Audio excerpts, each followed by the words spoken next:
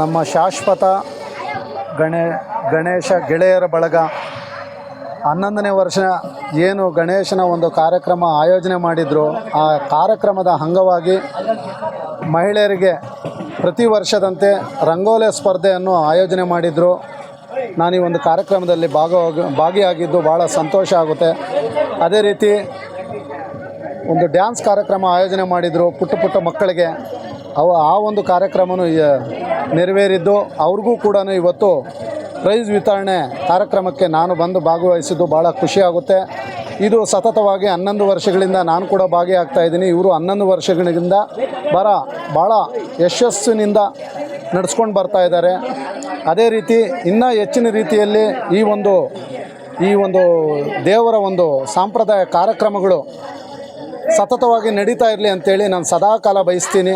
ನಾನು ಯಾವಾಗಲೂ ಕೂಡ ಅವರೊಂದಿಗೆ ಇರ್ತೀನಿ, ಅವ್ರಿಗೆ ಸಪೋರ್ಟ್ ಮಾಡ್ತೀನಿ. ನನಗೆ ಕೂಡ ಅವರು ಪ್ರತಿ ಬಾರಿ ಕೂಡ ಒಂದು ಅಣ್ಣನಂತೆ ನೋಡ್ಕೊಂಡು ಬರ್ತಾ ಇರೋದು ಭಾಳ ಖುಷಿ ಆಗುತ್ತೆ. ಏನೆಲ್ಲ ಕಾರ್ಯಕ್ರಮ ಆಯೋಜನೆ ಮಾಡಿದ್ರಿ? ಈ ಕಾರ್ಯಕ್ರಮಕ್ಕೆ ಯಾರು ಮುಖ್ಯ ಅತಿಥಿಗಳಾಗಿದ್ದಾರೆ?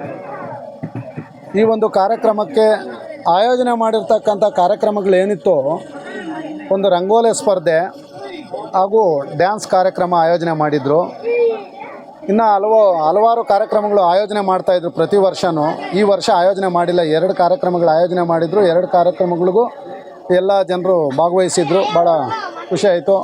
ಅದೇ ರೀತಿ ಈ ಪ್ರೈಸ್ ಡಿಸ್ಟ್ರಿಬ್ಯೂಷನ್ ಕಾರ್ಯಕ್ರಮಕ್ಕೆ ಮುಖ್ಯ ಅತಿಥಿಗಳಾಗಿ ಸುಧಾ ವೆಂಕಟೇಶಣ್ಣ ಅವರು, KS ಗೋಪಾಲಕೃಷ್ಣಣ್ಣ ಅವರು, ಕೆಂಪಣ್ಣ ಅವರು, ಮಂಜಣ್ಣ ಅವರು, ಶ್ರೀನಿವಾಸ್ ಅವರು, GT ಮುನಿಕೃಷ್ಣಪ್ಪ ಅವರು, ಮುನಿಯಂಗ ಸ್ವಾಮಿ ಅವರು, ಅದೇ ರೀತಿ ನಮ್ಮ ವಾರ್ಡಿನ ಎಲ್ಲ ಯುವಕರು, ಹಿರಿಯರು, ಮಹಿಳೆಯರು ಭಾಗವಹಿಸಿದ್ದು. ಅದೇ ರೀತಿ ಇನ್ನೂ ಪ್ರತ್ಯೇಕವಾಗಿ ಒಂದು ಮಾತು ಹೇಳಬೇಕಾಗ್ತದೆ. ನಮ್ಮ ಚಂದ್ರಶೇಖರ್ ಸ್ವಾಮೀಜಿ ಅವರು 11 ವರ್ಷಗಳಿಂದ ಇಲ್ಲಿ ಏನು ಗಣೇಶನ ಪ್ರತಿಷ್ಠಾಪನೆ ಆಯೋಜನೆ ಮಾಡ್ತಾಯಿದ್ರು, 11 ವರ್ಷಗಳಿಂದ ಕೂಡ ಇವರು ಪ್ರತಿ ವರ್ಷವೂ ತಪ್ಪದಿರ ಬಂದು ಕಾರ್ಯಕ್ರಮನ ಮಾಡಿಕೊಟ್ಟು ಹೋಗ್ತಾ ಇರೋದು ಭಾಳ ಖುಷಿ ಆಗುತ್ತೆ. ಅವ್ರಿಗೂ ಕೂಡ ಅಭಿನಂದನೆಗಳನ್ನು ಸಲ್ಲಿಸ್ತೀನಿ.